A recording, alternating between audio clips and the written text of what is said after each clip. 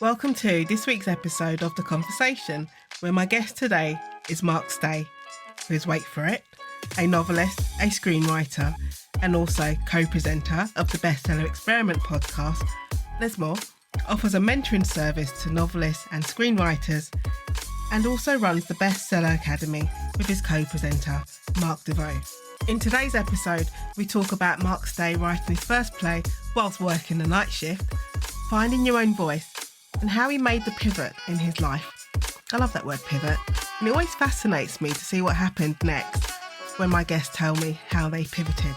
Mark has a new film out called Unwelcome, which I've had the privilege, I say privilege because I've sent a screener, I've had the privilege to see.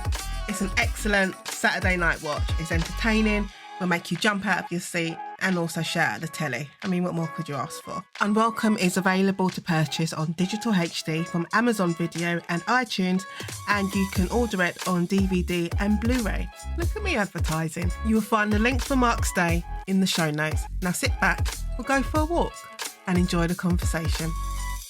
Mark Stay, welcome to The Conversation. Thank you. Good to see you, Dean. How are you? I'm very well. I'm going to ask you first, though, about... Because I'm always interested in, like, the before, and how you said you started in Waterstones in the 90s. What year? What exact year was it? 90... Must have been about 92, I think. Yeah. I wanted to see what I was doing. I was only 15. Oh, stop! And then, babe... I turn 50 this year, officially old. Oh, you're not old. You don't look it, so it's fine. I feel it. Yeah, so 92, I reckon. And it was a Christmas job. Because I used to work in... My first Saturday job was in a little hi-fi shop in Dorking. And they went out of business, sadly. But in my lunch break, I was always in Waterstones, right across the road. This little Waterstones in Dorking, South Street, which I think at the time was like the smallest Waterstones in the whole chain. And they knew me in there, and they said, "We've got a Christmas job." I said, "Great, I'm up for that." And this was at the time when you could only work at Waterstones if you had a degree. And I never went to university. I didn't have a degree. But Well done, really? Yeah. So... See, I snuck into publishing through the back door, little working class lad who never went to university. But I can pass for middle class, you see. Okay. And I loved it. I absolutely loved it. So, I ran the science fiction section and horror and various other sections as well. But what I loved is when we'd have the sales reps come in, you'd meet the sales reps, and you were the first one to learn what was coming, all the new books. Yeah. You got free books, Nadine. You got free proof copies, and you got invited to screenings and stuff. One of my favourite reps was a guy called Richard Horton, who was with Simon Schuster, which is my publisher now, and he's the sales director there now. And he used to invite me to like Star Trek movie previews and stuff like that. It was fantastic. It was See, I didn't. I used to work. No, when I was at uni. So when was that uni? 95, and I think a year in, I started working at Books, Etc. And that was my part-time. I think we were like, I don't know, it was Books, Etc. And it was it Dillon's? Dillon's. There was Dillon's, there was Amix, there was Ottokar's. So what Books, Etc. were you at? I was at the Canary Wharf branch when there was nothing there. It was me. I say me like I owned a bookshop. It was me. Me, Boots, Taylor's, and Jessop's the photography shop. Yeah. And Chili's restaurant, and then Tesco's. There was a Tesco's Express like on the other side, but there was no one there. Right. And so I used to have like my little regular customers used to come in. I didn't do any work. I just used to read because it was just so quiet. But what you were saying about, the first time I realised I can get free books, which is the proof copies. I was like, oh my God. And then, all the promotional materials that came along with it sometimes. So like to this day, I still regret not taking the pasta maker. I took all the spices. I took the spices and I took everything else and I left the pasta maker. I was like, why did I do that? I should have taken the pasta maker. And then You talk about no one being there as well, because I started at Waterstones in Dorking, then because my wife went to drama school. I got a job at the Waterstones in Wimbledon, and I used to do the night shift a lot. And the night shift at Waterstones in Wimbledon was dead, and I wrote my first plays on the night shift there because there would be no one around. So I'd be sitting there writing in a notebook, and you'd have one customer an hour, if that. You tidy up really quickly, get it all done and sorted, and then that was it. So it was like a good solid couple of hours where I could write and get things done. And that was the thing with book selling. I'm sure it's the same with you. Every book, no one ever wanted to be a professional bookseller. They were always going to be a writer or an actor or an artist or something. They were it was one of these great springboards onto some sort of career in the creative arts or whatever, because it was one of those jobs you could do. You could earn money. You could be in the arts. You could specialize in a particular subject or whatever, and it was a fun way to earn a living. Well, not much of a living, to be fair. But... Yeah, and also, the thing, I always thought, like, back then, that was like the hourly rate was like one of the best hourly rates when I was working. But also it was the exposure you had, because I remember working in the Charing Cross branch, because when it was like Christmas and New Year's, and summer, you could easily pick up extra shifts. And I remember, like a lunatic, agreeing to work New Year's Day, completely hungover. My dad, I don't know what my dad was thinking. He must have been feeling just it's the beginning of the year, I'll be nice, because he agreed to drive me to work. So he took me to Charing Cross on New Year's Day. I'm so hungover, completely messed up. And I'm just sitting there like a zombie. And I remember Jeremy Paxman came in and was asking me, and I was like so obnoxious. It's like, I need to go and sign my books. I'm like, just go over there. But saying that, it was the exposure you had to people, because, as you said, everyone in the bookshop, they were all doing different things. And even though I knew back then my career path was I'm going to be a lawyer, I was always writing stuff. And I was at uni writing really bad film scripts that didn't go nowhere, just copying Tarantino and stuff. But, you were still working. How I started. Yeah. So going back, so when you walked into Waterstone stores, did you know that filmmaking, writing in general, that was for you? Or was it just, I'm just going to work in Waterstones? I wanted to be an actor. I mean, what an idiot. But I'd written stuff at school. I'd made little short films at school and stuff like that. So I wanted to be an actor, and I enjoyed acting. And my wife and I met at a theatre company, and we both got a place at drama school, but she got the grant. See, that's how old I am, a grant. I still got grants, like, right. and I said to her, look, you go to drama school, I've got a job at Waterstones, I'm enjoying it, keep going. And I was auditioning for stuff, but I remember going to an audition for, I think it was a shampoo commercial, and there were about 250 other people there who all better looking than me, all of whom wanted it much more than I did. And I just thought, I can't be asked anymore. And I started dabbling in writing a lot more. I'd always enjoyed writing. But my wife and I, when she came out of drama school, we started our own theatre company, and we would put on plays at a local studio theatre. And it was great because you could hire it out for about 300 quid. And if you did 3 nights and you were half full on each night, you'd make that money back. So right. we kind of knew we could put on plays. And we'd done a couple of them. They'd done quite well. I wanted to do a Johnny Spate play, and he died, and I couldn't get the rights. I think the family withdrew the rights. And so I had a venue booked and no play. So, oh, bloody hell. So in a hurry, I wrote a play about all the terrible camping holidays my parents had taken me on as a child. And it was like theatre meets therapy. And it was quite good fun. I was sort of playing my own dad in it. He threatened to sue me. And it went down really, really well. And a friend of mine, because when I grew up, I didn't know anyone in film or TV. I might as well have wanted to be an astronaut, But by then, a friend of mine worked as a cable basher in television. Camera operators, they're big cables, and he now makes documentaries. So we were both sort of starting out. But he was the only person I knew in the industry. And he said to me, there's too many actors, but not enough writers, and you can write, keep writing. Which I think was his way of telling me I was a terrible actor. But that was 23 years ago, because Claire was pregnant with our daughter at the time, who's now 23. So, yeah, I've been doing it seriously for that long. So I sort of pivoted from acting into writing. But I'd always written one thing or the other, but it was usually quite derivative knockoffs of Star Wars or Battlestar Galactica. But that's not that's how everyone starts, because you don't know. I mean, did you know you could write? It might sound like an odd question. I had good teachers who would say things like, "You're good at writing, keep it up. You're very Yeah. creative, Mark," which I think was their way of saying I was disruptive in class. But I was always a bit of a show off. I like making people laugh. I've an early memory is of going to.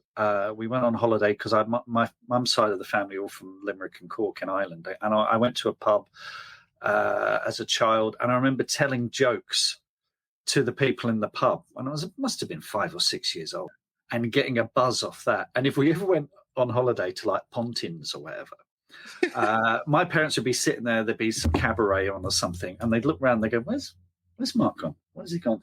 And you'd have the guy at the top go, "Ladies and gentlemen, there's a little boy who'd like to tell you a few jokes." And they go, That was "Oh you. my God, yeah." So I had no problem with getting up on stage and making an idiot of myself, which is its own form of storytelling in its own way, I guess.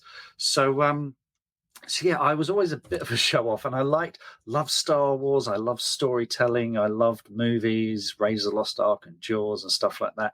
But it never occurred to me that I could do that sort of stuff. But I had good teachers who would say, "You're good at this." I did have one teacher in secondary school because I remember handing in a story that was about attack helicopters breaking someone out of a prison, and it was like an episode of the A-Team meets Rambo. Yeah.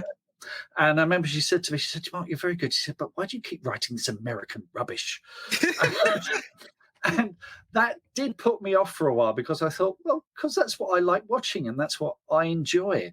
But I think she just wanted me to write stuff that was more personal to me. And it was when you watch stuff I remember watching Mike Leigh films, because I'm going through the Mike Leigh at the BBC box set at the moment. And I remember watching Life is Sweet, Mike Leigh's Life is Sweet. And there are lines in that, particularly the arguments between the mother and the daughters, that it's like, has he been bugging our house? You know, I bring my mum down and my sister would say, "Listen to this. This is just like us." And so I thought, oh, actually, I can sort of write like me. And I was reading things like Douglas Adams and Terry Pratchett, which were funny, because I always thought, oh, if you're going to be a good writer, you have to be serious. And I thought, actually, no, they can do stuff that's funny and addresses really kind of serious, big issues. So over time, you try on different suits, you try on different shoes to find your own voice. So for a while, I was this weird mix of John Sullivan from Only Fools and Horses, Douglas Adams, and David Mamet, so it was a right old mess. But eventually you find your own voice. That's only happened quite recently. That's only happened, I would say, in the last 10 years that I've started writing like me. And I think one of the greatest compliments any writer can get is when a reader says, "Oh, you talk just like you write, or you write just like you talk." Okay, yeah, well, that means I'm not pretending to be someone else anymore. Could you recognize that moment when you're looking at your work and you can read your sentences and say, actually, this is me, that's my voice, this is not me trying to emulate or mimic? I think it was probably Robot Overlords, in that the kids in that sounded like my kids, and the dad in that sounded a bit like me. And so even though you've got this fantastical setting, and this was thanks to John, because John, as a director who's directed Unwelcome, the film's coming out, and he directed Robot Overlords, he knows I've written with him for so long and worked with him so long, he knows all my bad habits, and he can see through me when I'm not digging deep enough, and he's always encouraged me to be more honest. And that's been quite a steep learning curve, because you think the things that are weird and specific to you that no one else will get, weirdly, they can be the most universal things of all, because they often tap into something that's universal. I mean,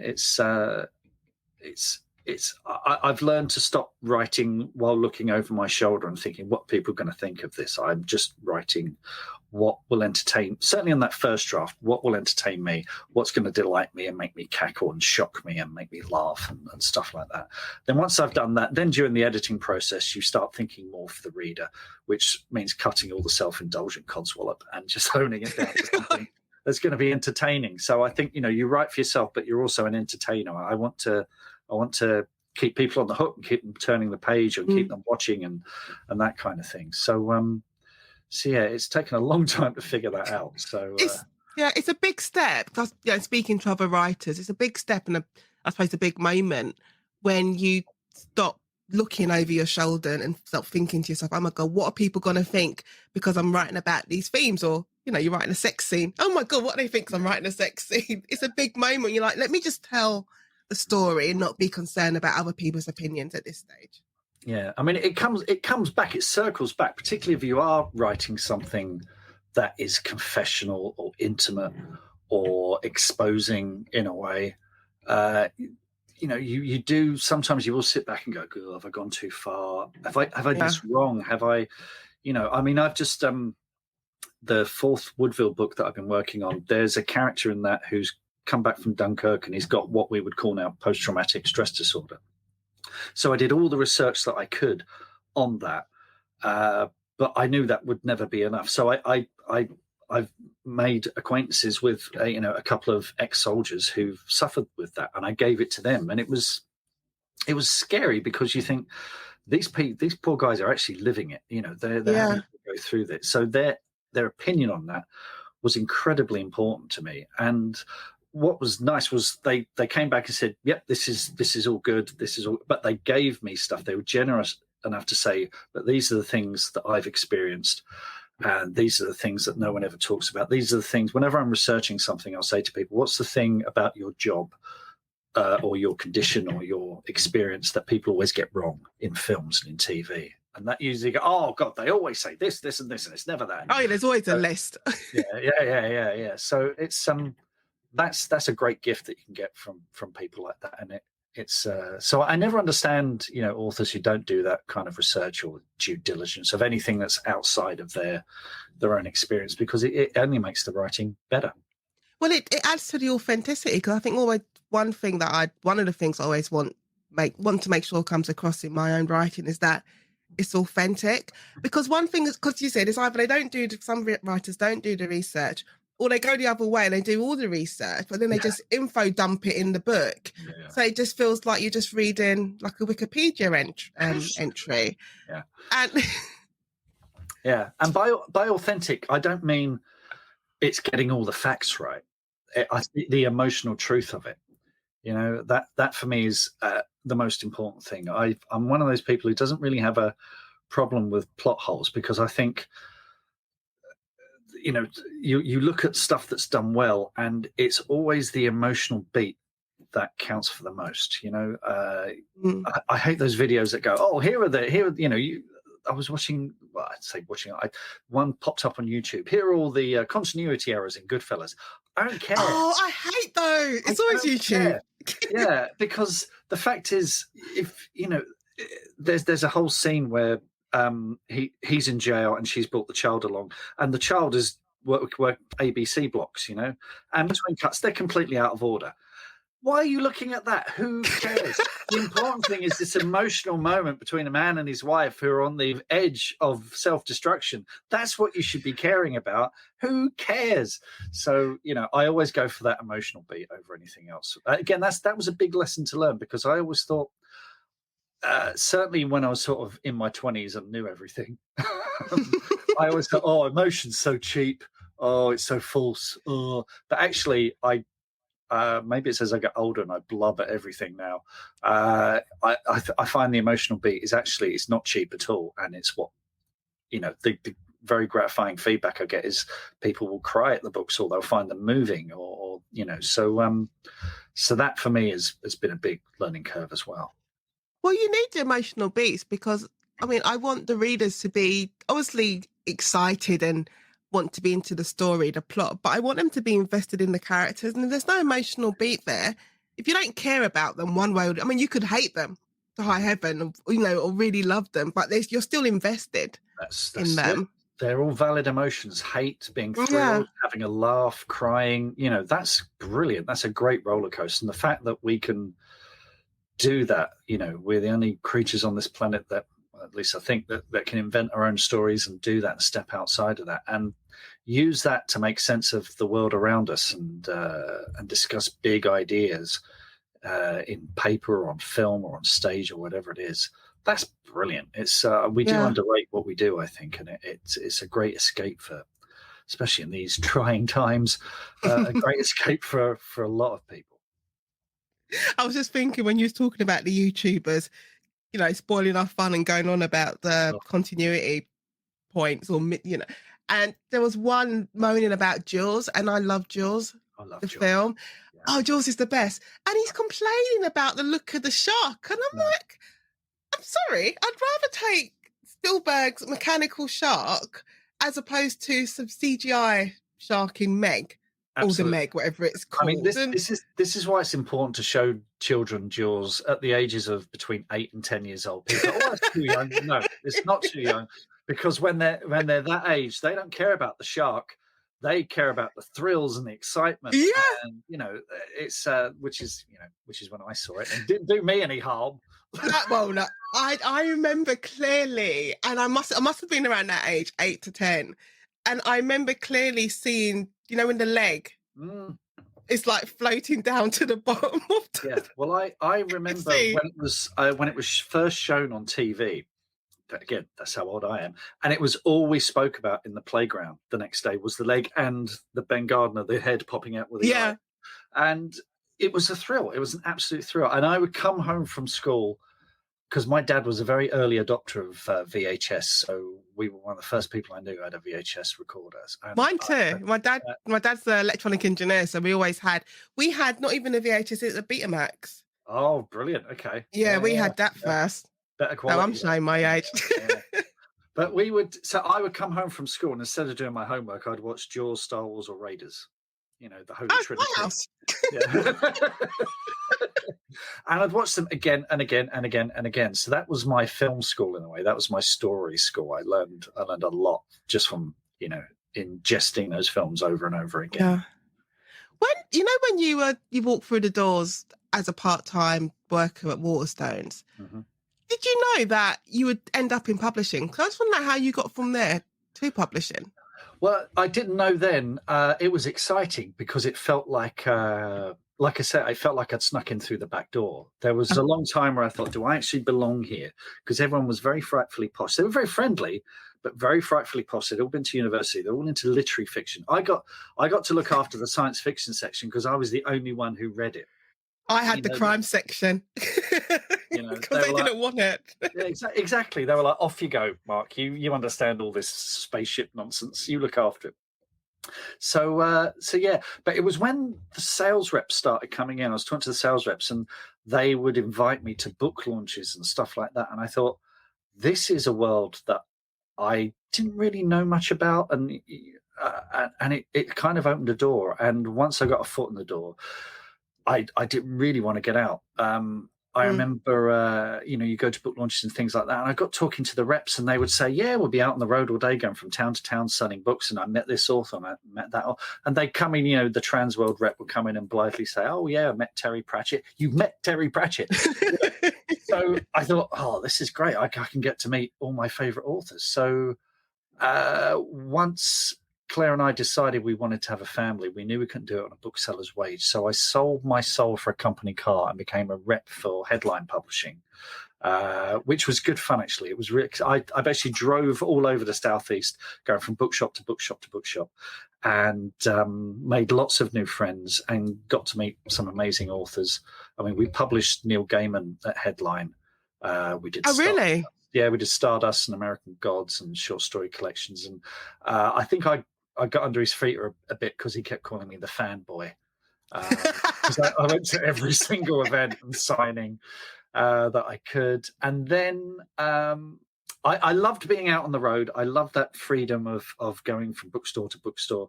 And I remember telling people, I'm not working in the office. I'm not going to get an office job. It's not going to happen. No way, never.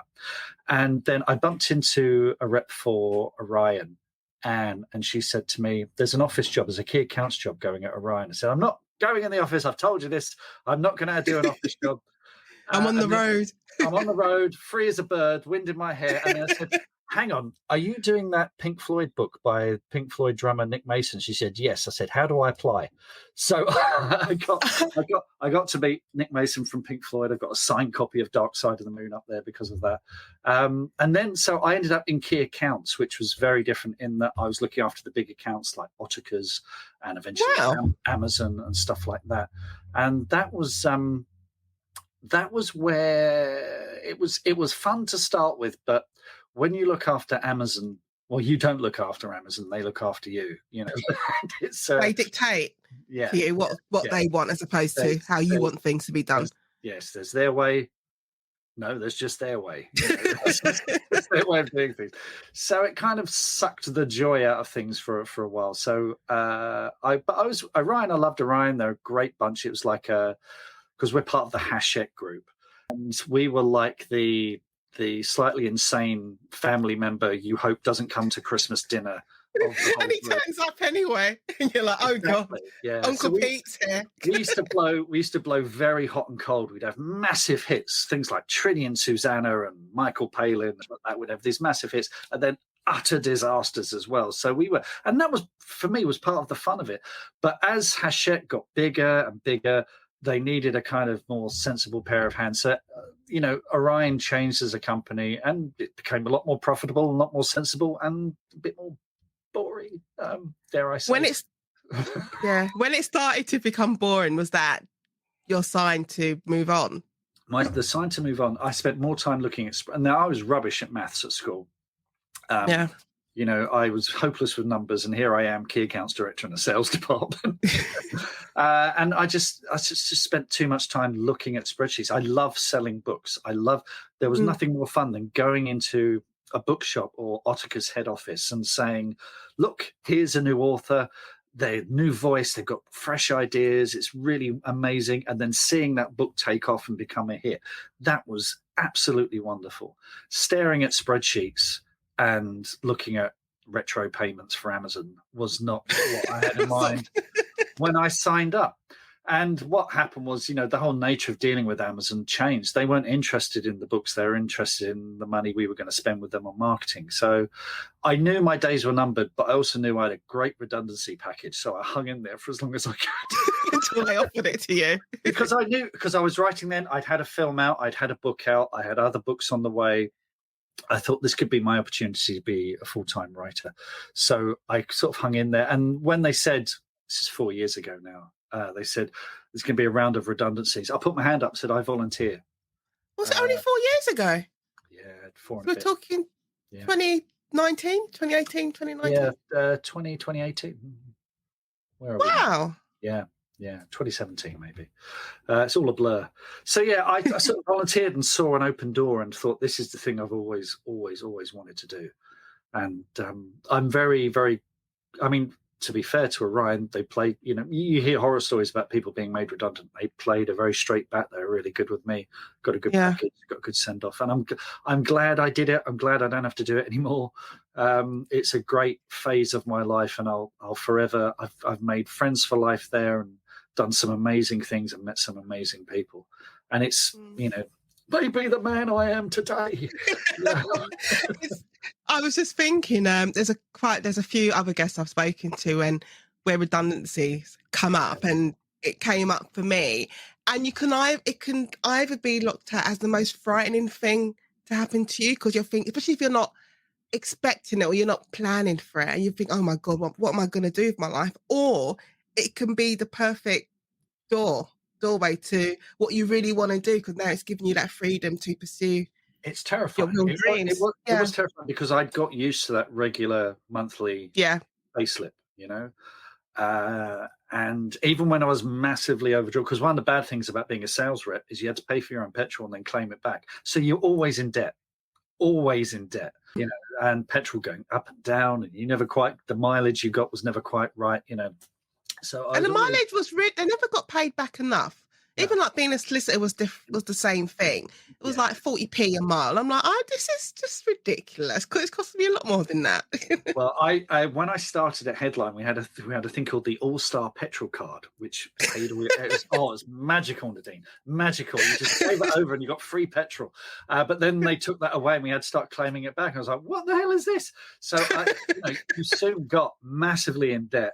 And I ended up doing the sort of, the credit card 0% shuffle through the early noughties, So yeah, it was. I don't know how we got into that, but yeah, it was scary. I was used to that regular wage, but I'm not getting any younger, and I thought this is the only opportunity I'm going to get, so I went for it. And you speak to people who've been made redundant, and they'll say the first couple of years are rough, but once you've done it, you never ever look back.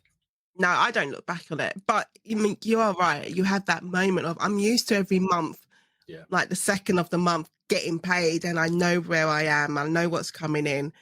But to go from that to, okay, I now need to start invoicing people. Yeah. Because I'm now self-employed and I've got to wait for these invoices to come back, and you're waiting for them to get paid.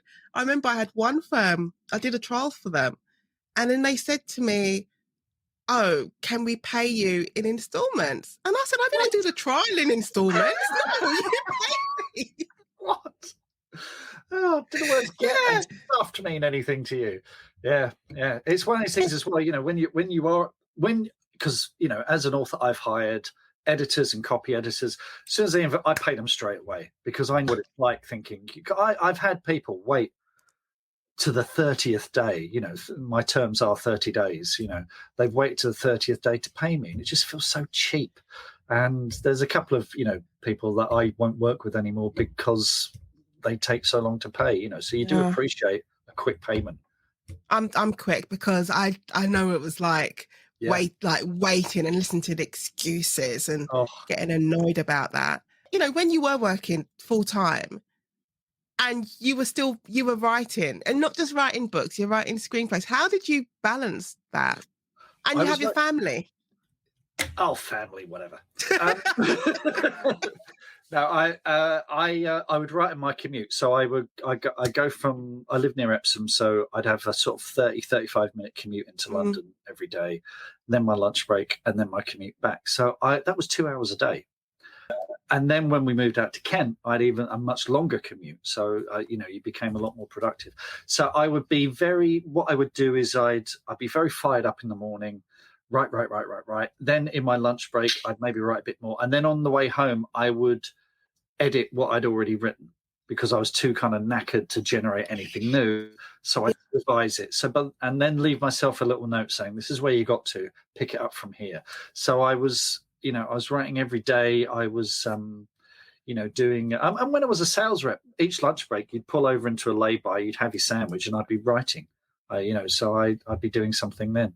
So I'm very, I'm very insistent that, I had a proper lunch break at work, because a lot of people in publishing, they work through lunch, they work evenings, but I'm quite old school in that, no, I'm going to have a lunch break, but I'm also going to do my thing in the lunch break as well. And I think that's a thing that follows through to a lot of professions now. They have lunch, but they're shortening their lunches, or they're working on their actual work, not on, the things they want to do, like their passions. And I always think, no, I have an hour, I'm taking my lunch. Too right. What I choose to do with it, if I choose to have a Kit Kat and write for 45 minutes, that's up to me, but that's my time. Absolutely. There was a point, I think it was about 2 years after I'd been made redundant, and the money was about to run out. This was just before I got the book deal and the film was picked up. And I did apply for a job at a publisher that will remain nameless. And I remember going for the interview, and as I walked through, I felt old. I was like, 48 or whatever, and 47. And everyone was at least 15 years or more, 20 years younger than me. And you just looked around and you thought, I bet these people are working till 7 or 8 each night. They're working all weekends. They're answering emails late into the evening. They're working through their lunch break. And I just thought, I can't do that anymore. I just can't do it anymore. So luckily, I got a book deal and a film. That's the way you say it. I got a book deal and a film. It's not even just like, oh yeah, I got a book deal and a film. Well, Yeah, well, let's rewind a bit. Well, I think is that, the second I knew I was going to be made redundant, I started writing like a demon. I've got to write something that sells. I've got to write something that's commercial. And John and I were working on various scripts, and we started on the script that became Unwelcome. Started on the book series that became The Witches of Woodville, and it was beginning of 2020, just as the world was turning on its head.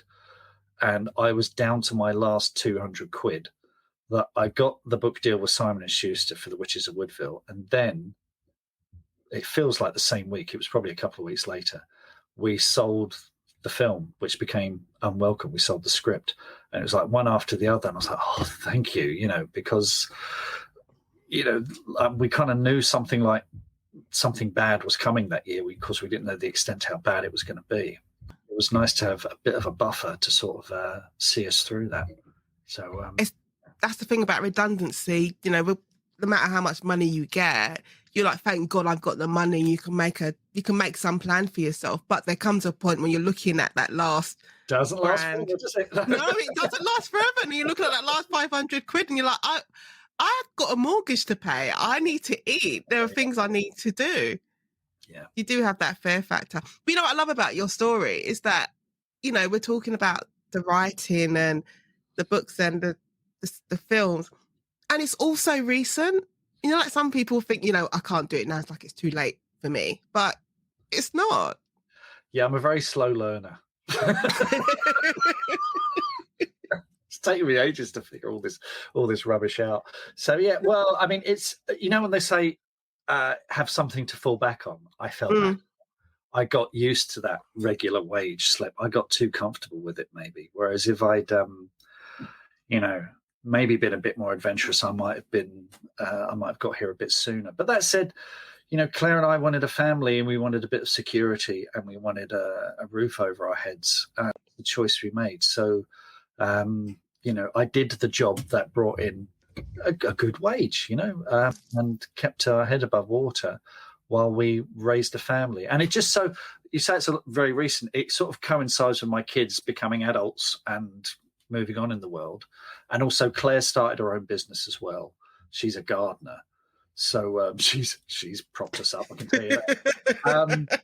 So it's been this kind of pivot in life where I'm able to finally I've been in training for a long time, and now I'm kind of out the gates and might even know what I'm talking about. You obviously know what you're talking about, because before we go on to the films, I want to ask you about the films. And this is what you can say. What I didn't realize when starting this podcast was that I would be in a place where I'll be getting advanced screeners of movies. When I got the email, I was like, why are Warner Brothers? I was like, oh yeah, I want to see it. So this is an unexpected bonus. I got to see an advanced screening of your movie Unwelcome. So that was cool. You wear many hats, because when you go online, because I do my research, when you go online and you go through your bio and you see 25 years in publishing, you see writer, you see filmmaker, but also you have the coaching side. In terms of, and you co-present the bestseller Experiment. So what made you want to, I say, give back in a way? It was purely selfish, as most things are. I just thought, podcast, I'd love to do a podcast. Well, after Robot Overlords came out, and I did the tie-in novelization of that with Gollins, and that was my first published book. And someone I knew from my teenage years, a guy called Mark DeVoe, we never went to the same school, but we had lots of mutual friends, and we see each other at parties and gigs and stuff like that. So we weren't best friends or anything like that, but we knew each other. And in the intervening years, people, have you heard DeVoe? He set up his own, online real estate company. Has he really? And he's doing this, and he's set up a charity, and he's done this thing. It's like, bloody hell. So he was a real doer. He was a real sort of go-getter. And just out of the blue, after Robots came out, he said, this is amazing. You've written a film, you've written a book, you're living the dream. He said, I've always wanted to write a novel, but I always get stuck at 20,000 words. And that's the magic number. It is 20,000 words, yeah. So we got chatting, and one thing led to another, and we thought, well, look, let's write a novel together. Let's do a podcast where we challenge ourselves to write a novel within 12 months, self-publish it, get it up the Kindle charts, and see if we can write a bestseller. But what we'll also do, because I was working in the Orion office, I had access to people in the industry and authors and all sorts of extraordinary people. I said, let's get a guest in every week and they can give us tips on writing a bestseller. And that's how that started. The idea was it would run for a year and we'd write a book. But the most important thing that we did, and looking back, it's the best thing that we did, we said to our listeners, beat us to it. If you've got like a half-written manuscript, a half-written book somewhere, a short story, and you just want to finish it, listen to our guests, listen to the mistakes that we make. Don't make the same mistakes we make, and beat us to it. And the amazing thing is loads of listeners did. So we would get guests in. We had Michael Connolly and Sarah Pimbra to start with, and Joe Hill and Joanne Harris. We had Bryan Cranston on for an episode. That was amazing. And we started hearing from people saying, this is great. I'm halfway through my book. You're halfway through your book. And by the time our book came out, it was called Back to Reality, which is a sort of fun time travel book. People were getting deals as well. So there's a guy called Mike Shackle. We got a 3-book deal with Gollancz off the back of this. Wow. And he was on the verge of giving up writing. So I've got a shelf there, 2 deep, of all the books that people have sent me that have been published because they listen to authors like you. That's amazing. On the podcast, and we're inspired by people like you. And the Dean's on 2 episodes, episode 320 in on our 6th birthday episode. They're inspired by brilliant authors to go out and do their own thing. So it's been, and if you listen to those early episodes, Mr. D, because he's a life coach, it's quite spiritual, and I'm the cynical, down-to-earth one. I've become less cynical I'm still kind of cynical, but I've been less cynical as time has gone on. And it's made me a better writer. Doing 6 years of the podcast each week I get to speak to authors and listen to them talk about craft and writing and things. It's been better than any course, any university, anything. It's just been the best thing ever. I've learned so much from doing it. And then a couple of years ago, we set up the Bestseller Academy, where we do coaching and sort of one-to-one and stuff like that. And that's been really cool as well. Do you think you've learned more about writing from the podcast as opposed to working in publishing? Yeah, I think I have. I think I have. I mean, the working in publishing is how I learned about the business, how I learned what an agent does and what an editor does, and production and cover art and events and marketing and all those little nitty-gritty details. You'd read a lot, and you'd read advanced copies and read manuscripts when they came in, but you can't beat sitting down and having a chat with an author to discover. I mean, every interview I did one just before we were recording this with a children's author, and there's a couple of things in there I thought, that's new. Every single interview I do, I get something new from it, and so do the listeners.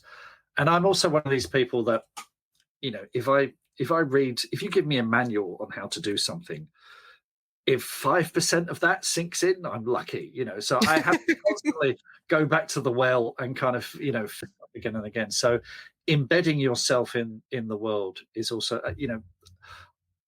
authors who write, people who are just starting out want to be a writer, and they think, well, I don't know anyone in publishing, I don't know any authors or whatever. There's never been a better time to find out where authors are, to send an email to an author, to listen to their podcast, to see them on YouTube, to interact with them in some way, and then start your own writing circle, start your own, find your own peers and find your own community and work your way up together. And then you discover, I mean, it's great, me wanting to be Neil Gaiman's friend, but it's never going to happen. But instead, I've got a bunch of authors and we're all writing stuff together and we're all sort of coming up together. And those, that's my community now. Those are my peers. I think sometimes, whether you want to be a writer or a musician, an artist, anything, or just want to set up your own business, you want to set up a jewelry business, I think sometimes we're looking to have everything in place first. Yeah. Like I need to have like the perfect workspace. So a little, if you've got a spare room in your house, or I need to make sure I've got 4 hours during the day. You're looking to have everything set up in place. And sometimes, as you said, it's those hours you spend on the train. That's the time that you use to work on your craft. I was talking to Nicola Williams, another author yesterday, And she was saying how she took those 2 hours that she would have used to commute when we went into the pandemic and lockdown. Yeah. Those commuting times, she still got up and just sat at her table and used those 2 hours to work. So I think I've said it on your podcast. I think it's about, I call it stealing time. Yeah. Sometimes you have to steal time until you get to that place where you want to be. Yeah, absolutely. And the weird thing is, I'm a full-time writer now, but I write like Nicola, first thing in the morning. I write in that time that would have been my commute. I might do it for 2 hours straight now instead of half-hour blocks. But again, 2 hours a day is pretty much all I can do without my brain starting to leak out of my ear. That's a horror film. Exactly. But it's I'm running a business as well, invoicing people and doing other things. I've got podcasts to run and listen back to edits and book interviews, and I'm a talent booker now as well. So you've got all this other stuff going on. So I write in the morning when my brain is at full capacity, and then after lunch I'm a bit snoozy. So it's the more admin heavy stuff in the afternoon. So yeah. We are going to go on to the movies because I want to ask about that. I think one of the best things I love about the bestseller experiment and the Academy, you have your 200 words. 200 words a day. Yeah. Yeah. Because I think sometimes that's all you need, and that's a good prompt. Absolutely, just to get you started. I mean, the thing we hear so much from listeners is, look, I've got a family, I've got a life, I've got a job, I've got this, I've got so much going on. How am I supposed to write a novel? And we spoke to all sorts of authors who had the same kind of thing, and a lot of them said the same thing, which was, I would grab, talk about stealing time, 20 minutes on the bus, 20 minutes in the morning between getting home and dropping the kids off at school or whatever. They would say, look, instead of watching a sitcom on TV or soap or whatever, I'd stop doing that and I'd write for half an hour. And it was that thing of doing it every day. When you're starting out, not maybe when we heard it a lot from authors early on. Then we got Sarah Pimber on and said, writing every day, what about it? She said, oh no, that's bollocks. She said, but then she was established by then. She was just on the verge of being absolutely massive with behind her. Whereas I think if you're starting out, if you're learning a musical instrument, if you want to learn the piano, you don't take 2 weeks off work in the summer to learn the piano, do you? No, you play your scales every day. You work at a little and often, and it's the same with art, and it's the same with writing. So 200 words a day. More importantly than anything else, it creates a writing habit. And rather than staring at a blank page every day, you're just picking up where you were left yesterday. Yeah. And before you know it, you've written a novel. Within a year you'll do it. And again, every week we hear from listeners who tell us the same thing, which is, yeah, I've done it, and I started with 200 words a day. And I remember we were talking about lockdown earlier. I just signed a 3-book contract. I delivered the first, I had to write the second, and the world was completely going to hell in a handbasket. And I thought, oh God, what's the point? But I started, all the wind went out of my sails, but I started with 200 words a day again, and it got me back in the habit. And before I knew it, I'd written that second novel. You'd written your book. So it works. It definitely works. What's it like writing collaboratively? This is where we go into the filmmaking, because it's a big difference between, I would have thought, writing your own novel and then working with someone on a screenplay and then moving on from that, having your screenplay directed by someone else. What is that like? It's great. And I like to do both because they are so different. I mean, the novels are my happy place. I have, you have conversations with editors and copy editors and agents or whatever. But if they disagree with something, I can still self-publish it. I can do basically whatever I want. Whereas with film, I'm very much in the service industry there. I'm there working with the director initially. And I remember John, the person I collaborate with the most is John Wright, who directed Robot Overlords and Unwelcome, and he's directed other films and bits of TV. And I remember after his first film, because I knew him before he directed his first film, and he said there were times on his first film where he hadn't worked very closely with the writer, and he just had the script, and he remembered looking at the sides, which are the little A5 bits of script that you get for the day, and he was looking at it and he was thinking, I don't know what he means, and we have to change this, and he didn't have full understanding of the script, and he never wanted to be in that position again. So, we will work on a story together. I will write the script. He'll give me notes. I'll do rewrites. And the notes aren't about knocking me back. They're about making sure he's in a position where when he's on set, the lighting and the crew and the actors, everyone's standing around staring at him where time is money. He wants to have complete and utter understanding of what's happening in that moment and what they're doing with that scene. And so that's a really fun and different muscle to exercise for me. So, Unwelcome is a very, very personal story, but it's also a story about goblins and visual effects, and we've got actors and they're bringing themselves to it, and you've got the crew, production designers and people like that, putting their input into it, and they make me look good. It's absolutely brilliant. They all bring their A game to it, and it becomes, you hand it over and it becomes this other entire thing, and it's just magical watching it. And I love it. I wish I could do it more. John and I write a lot together, but the fact is, British film industry, very little of what, it's just a lot of a screenwriter. Most of what you write never gets made. But as any ever writing is wasted, I love the collaboration of it, and I love the exercise of it. And the thing with John is he knows all my bad habits as well by now. He knows, Unwelcome was very nearly abandoned after the first draft. He wasn't feeling it, and he encouraged me. He could see that it was about me and my fears, and he encouraged me to dig deeper and be truthful. We talk about that emotional truth, and he was like, "I'm not sure I want to make this. I'm not feeling it." So I went away and dug deeper and confronted some dodgy, dark stuff. Stuff it's. Wow. Well, because they can't see me. I sat back and I call it going into my church pose, like in my pearls. Well, because you had Robot Overlord. Yeah, it shows, like, I say, sci-fi, and it's got Ben Kingsley in it and Gillian Anderson. I'm like, bloody hell. And so, just talking about Robot Overlord, was that your own idea, or was that a collaborative thing? We're going to work on this together. Or did that come from you? That came from John, actually. John had a dream, and he said this never happens to him. He said he had, and this was before, he's got a son now, but this was before he had children. And he said he dreamed he was inside with a boy, and outside was a robot, and he knew that if he stepped outside, he'd be vaporized. And he said to me, "I'm sure there's a story there." And we started working on that together. It all started with that initial idea. And so we worked up this world where robots have invaded the Earth. Everyone's confined inside. Sounds familiar. And if you step outside, you get vaporized. It's about this boy who discovers that his father, who's a pilot, might still be alive, and the kids break the curfew and they go looking for him. And we wanted to do a kids' own adventure featuring, kids that are our own children. My son was 10 at the time, my daughter was 12, where they could watch it and say, this isn't an American Transformers thing. It's kids on British streets having an adventure with the same accents, and that kind of thing. And that's what I think the BFI liked about it. And it sort of harks back to almost like that Children's Film Foundation idea, where, kids in the lead. But the thing is, no one had really made a film like that for a very long time.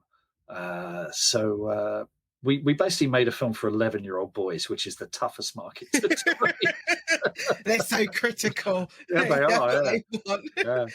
So let's go on to Unwelcome, which I said I felt so privileged. I'm like, I get an advanced screening, not just for some. Yeah, that was cool. Yeah, well, was that all you? Well, it started with a conversation that John and I had about violence and how we love violence in the films. Love nothing better. Chainsaws, people being hacked to pieces, machine guns, all of that. In the movies is great. When it comes to the real world, we're both big, cowardly custards. I hate violence. It gives me the shakes, and I hate what it brings out in me as well. I remember telling him about a time when some kids were throwing water bombs at me. And this is on the way home. I'd had a long day at work. It was hot, throwing water, and I just snapped. I just became this raging idiot and just yelling and screaming. And I got home, my hands were shaking. I'm like, what was that? What have I become? So we were very honest with each other. We're talking about those, and we both come from working class families where, we've got family members who could be pretty handy. And that, again, when you're a kid, that's absolutely when you're an adult, it's absolutely terrifying. So we talked about that, and how you never see the truth of that in the movies. And without spoiling the film, it's in the trailer. There's a clip of Douglas Booth, and he's on his knees and he's crying, and he says, "All we wanted was some peace." And for me, is a key moment in the film, because we actually struggled to cast that role, because everyone loved it until they got to the end, because they assumed he would do the manly thing and save the day. And I don't want to spoil it. No, we're not going to spoil it, because we spoke about this off camera. Yeah. And what you said, probably what your previous actors who were auditioning for, they thought he would be saving the day. You have this breakdown. And I was like, what? Yeah, no, he can't do it. He can't do it, because it's kind of dishonest, and it's her story as well.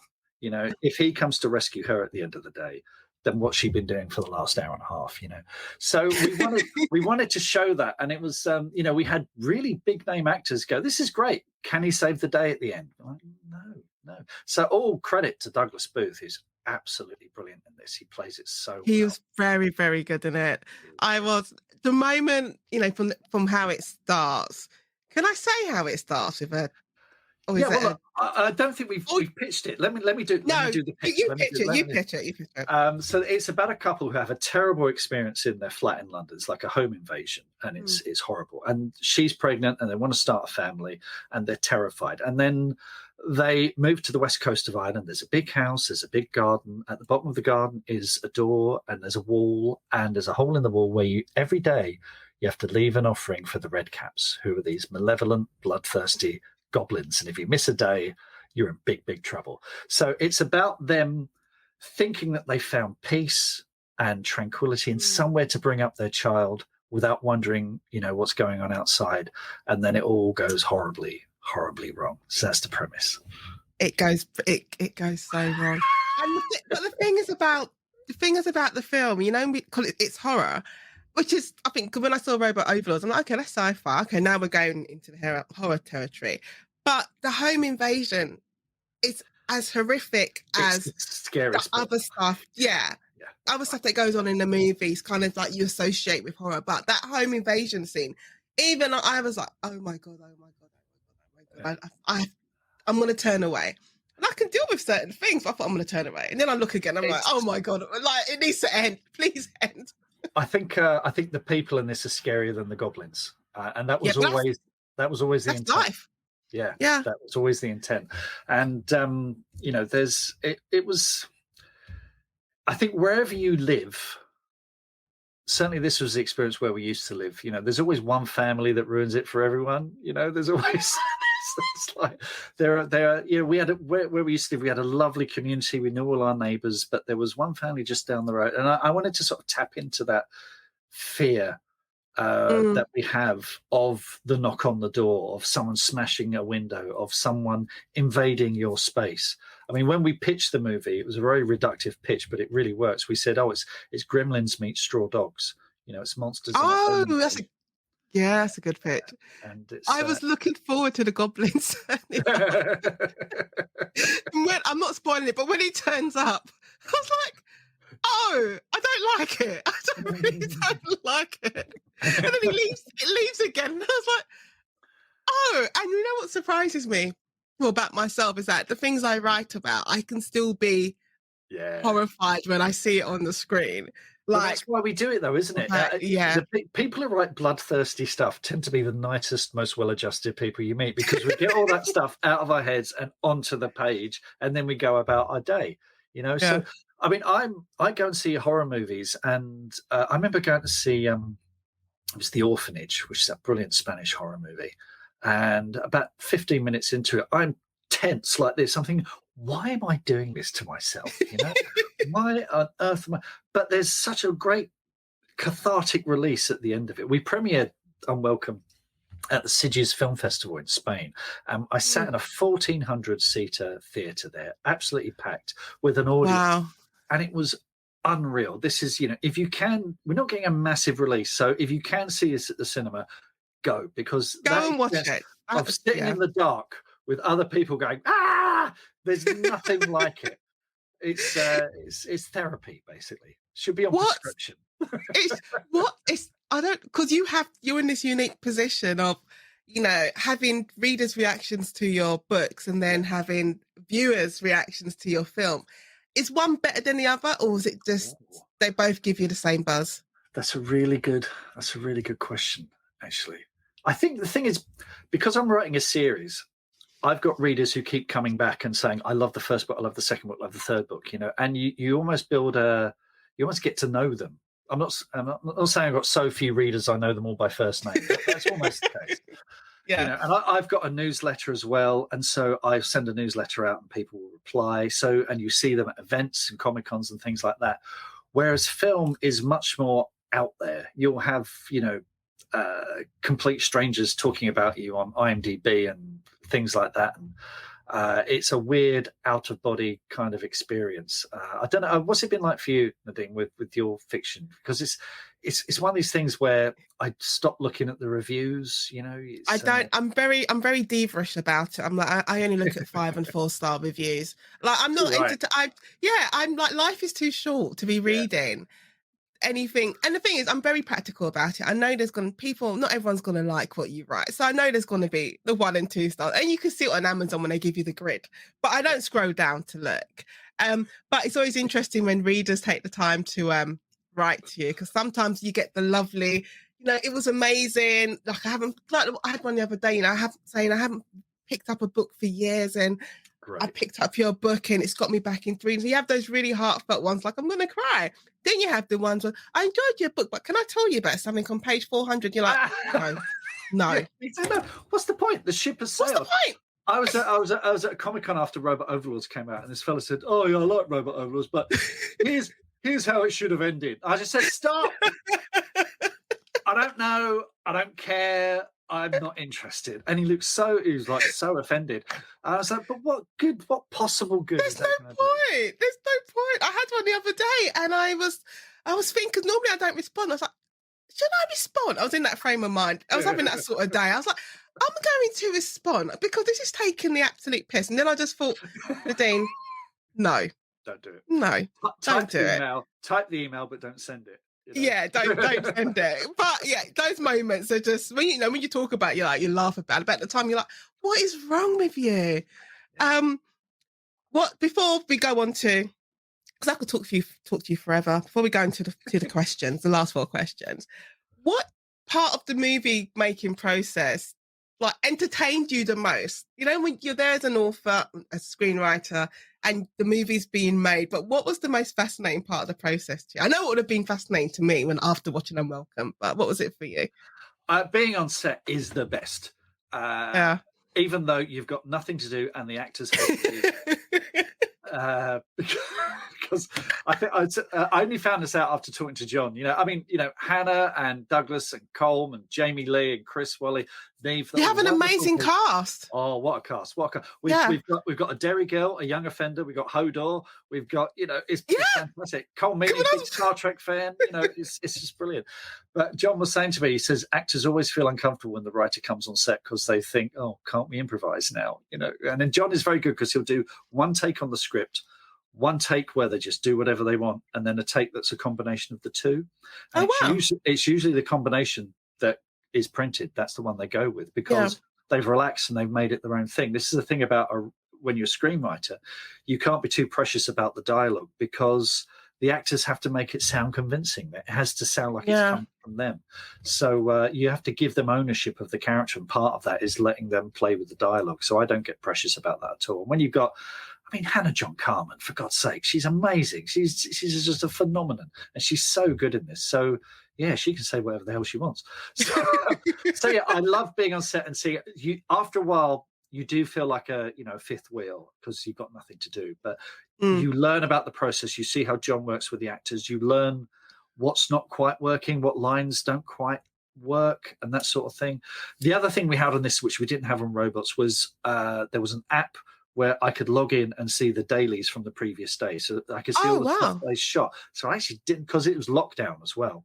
Yeah. I could always go in. Yeah, very strict kind of coming and going. And so I could see what was shot and see it all coming together, which was fantastic. But the visual effects side of it was fascinating as well, because we use every trick in the book to bring the red caps to life. So Yeah. it's a bit of this, it's a bit of that. It's like a magician, it's never just one thing. There's about 4 or 5 things going on. So that was fascinating.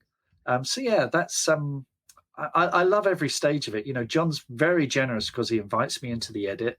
Jofi, our editor, she's amazing. I think I got the best notes on the script from Jofi because she's got such a great story eye, and she made some suggestions where we changed the structure slightly, and it's much better as a result.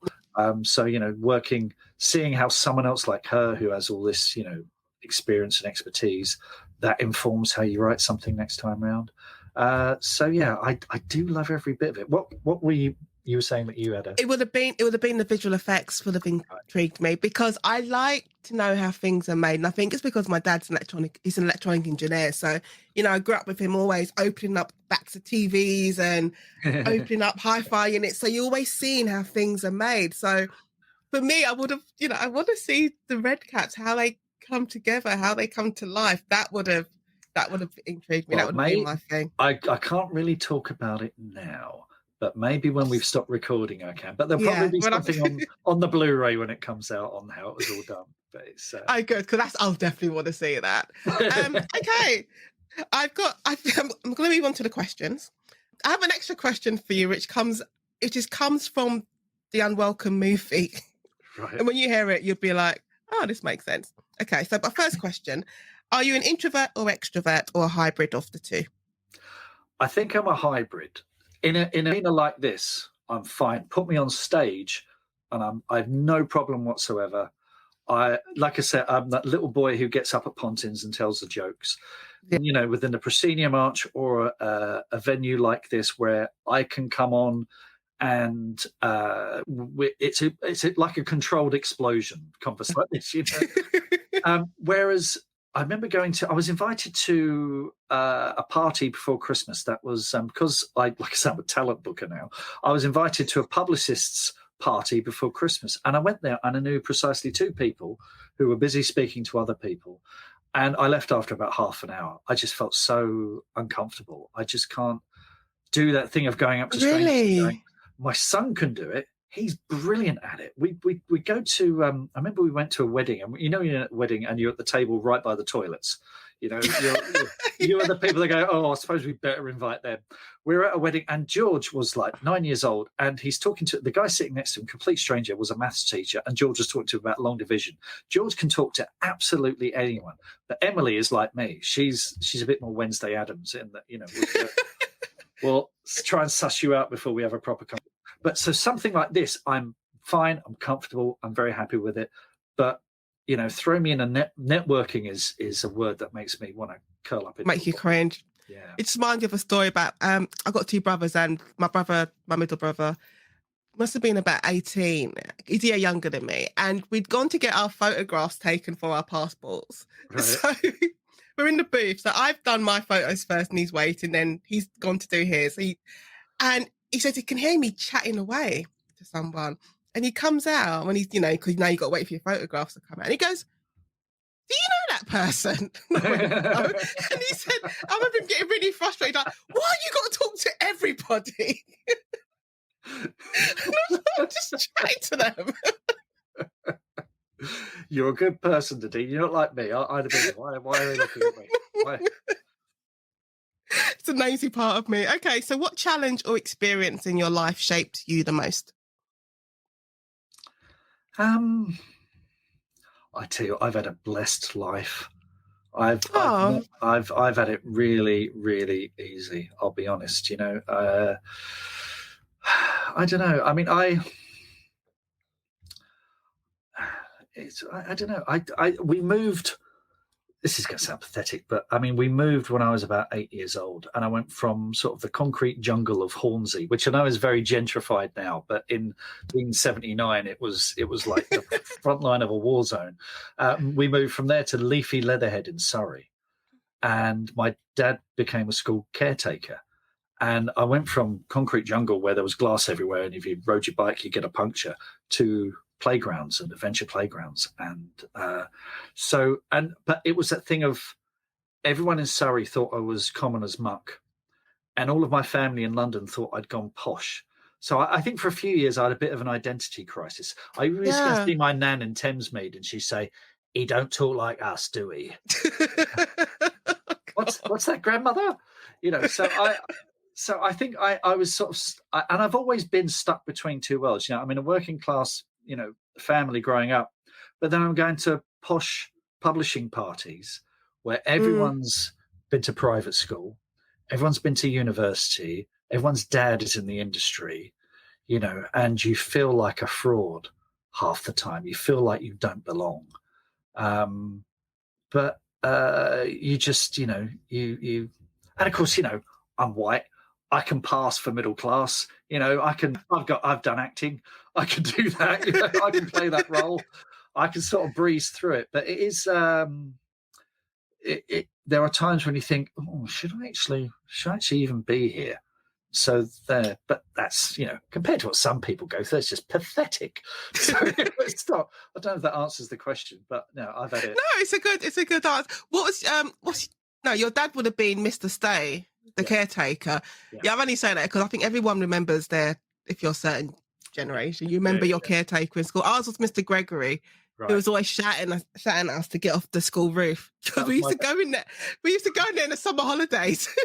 Like climbing, going to the playground. That was me. No, I used to climb up on the roof, and I remember me and some friends, I was about 11 years old. We made a grappling hook out of a rope. And you know those old metal boat hooks you used to get in the cloakroom? Yeah. And we were standing on this flat roof. And my friend, he said, "My uncle's in the SAS, watch this." And he swung it round and he yanked on it too soon, and it went below us and smashed into the window below us. So we picked it, and I told my dad that there were some bigger boys in the school and they did it and ran away. And Dad, you know, he believed me because I was a good boy. You know, you were a good boy. You would never get in trouble. And he only found out about 25 years later, and he was like, "Oh my," he was so angry. So that was me. Yeah. So Dad was caretaker, and then he got promoted. He got a job because they privatized everything. The school used to be great because it used to be cleaned by parents of the children who went there. So they had a vested interest in making sure the school was clean and tidy. It all got privatized, and then they brought in, you know, people who were working for half the money. And these poor people, you know, they were told, get this done in an hour and then out. So of course it wasn't good. So my dad got a job where he went around inspecting schools to make sure it was done, that the private contractors were doing what they promised. Okay. So my mum became the caretaker.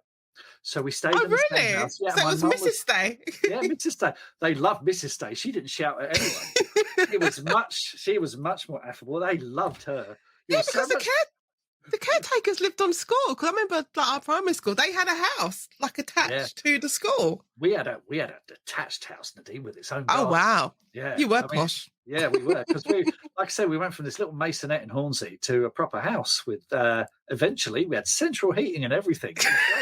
Oh my God. Yeah. I'm waiting for them. We had inside toilets as well. We didn't have to go outside. It's like that Monty Python 4 Yorkshiremen sketch, isn't it? Oh, you were lucky. You used to use cardboard in Middle Road. Okay, so if you could go back to when you were 25 years old and give yourself one piece of advice, what would it be? Oh gosh. We were just about to have kids as well. So it'd probably be terrible advice. But I think find your voice. Find your voice. Stop trying to be other people. Stop trying to be David Mamet. It's never going to happen. You know, stop trying to be... David Mamet is David Mamet. Exactly. And Terry Pratchett is Terry Pratchett. Be yourself. And it took me a long time to figure that out. So I think that's what I would do. Okay, and this question, your special question, it comes from the movie because Douglas Booth's character gets very irate about his biscuits. Yeah. And his grapes. And his grapes. What's your favourite biscuit? I wrote it down. I was like, what is his favourite biscuit? Well, the king of biscuits, of course, is the chocolate hobnob. When I saw that scene, I was like, this is Mark. Yeah. Someone's eating his biscuits. Exactly, yeah. The thing is, though, since last March, I've been on a diet and I've lost 2 stone. Oh, wow. One of the things of becoming a full-time writer is you sit on your backside all day noshing biscuits and drinking tea. Yeah. So I've got this app that controls the calories that go in. So I've, because it's that thing, one hobnob, two hobnobs. Oh, and by the end of the day, the whole packet's gone. You've done the packet. That kept happening. So I've had to go. I haven't had a hobnob in months. It's tough. It's tough. But I'll get through it, Nadine. You'll get through it. You'll be a soldier. It reminds me.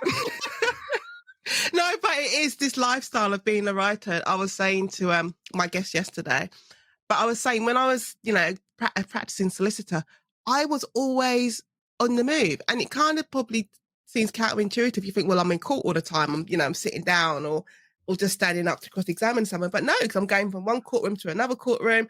Court buildings, some of them are massive, so you're constantly walking around courtrooms, going from cells to the courtroom and waiting areas. So if I had like my Apple Watch back then, I would have been so impressed with my steps. Now I'm like, I need to move because I'm sitting down. Yeah, I've never been fitter than when I was a bookseller, because you're going up and down floors carrying armfuls of books. You're constantly on the move. And the rot set in when I became a sales rep, because you're sitting in the car all day going from this and you're eating badly. And then you're in an office. And funny, it was in the news just a couple of days ago about someone said, you got to stop taking cakes into the office. I saw that. Yeah, and publishing, is fueled by cake. It's cake and champagne and prosecco, because there would always be some charity cake bake, or there'd be someone that made a lemon drizzle cake, and it's in the kitchen. Help yourself. Thank you very much. But every single day. So I ballooned, when I was in the office. Oh my God. It's funny. We've got a special episode of the podcast where it was filmed in June 2021 when we were doing all the publicity stuff for it. And John and I answer listener questions. We talk about the film. And I put it on and I go, my God, look at the size of me, And it's I've lost a lot of weight last year. And hopefully I'll put some back on at Christmas, but hopefully it'll stay off. That's Christmas. Yeah, exactly. So, you've got to, especially at my advanced years, Nadine, it's got to look after yourself. Yeah. You have to. Okay, so finally, where can listeners find you, Mark Stay, online? Okay, well, Mark Stay Writes is the blog. Witchesofwoodville.com is where you'll find out about the books. I've got a Mark Stay Writer on Facebook and at Mark Stay on Twitter and Instagram. I've been dabbling in TikTok, but honestly, I feel like a dad at a disco. It's just I shouldn't be there. You shouldn't be there. I did. I put up stuff about writing and it gets a couple of hundred, and then I put up a stupid little video about Lego, 50,000 views like that. It's just what? It's crazy. It is a very crazy place. I'm happy to look at your Instagram and see what film you're watching that day. That's always cool. Yes, if you want to know my valued opinion on any film or whatever. Because the world needs more sort of blokes like me telling you what to watch. Yeah. Mark Stay, thank you for being part of the conversation. Thank you for having me. I've really enjoyed it. Thank you. Thank you for joining me for this episode of The Conversation. I'll be back next Tuesday with a new episode. Make sure that you subscribe so that you don't miss out on the next episode or any bonus episodes. And it would mean a lot if you took a minute to leave a review. You can follow me on social media. My links are on my website, NadineMatheson.com. And if you'd like to be a guest on a future episode, email theconversation@NadineMatheson.com. See you soon.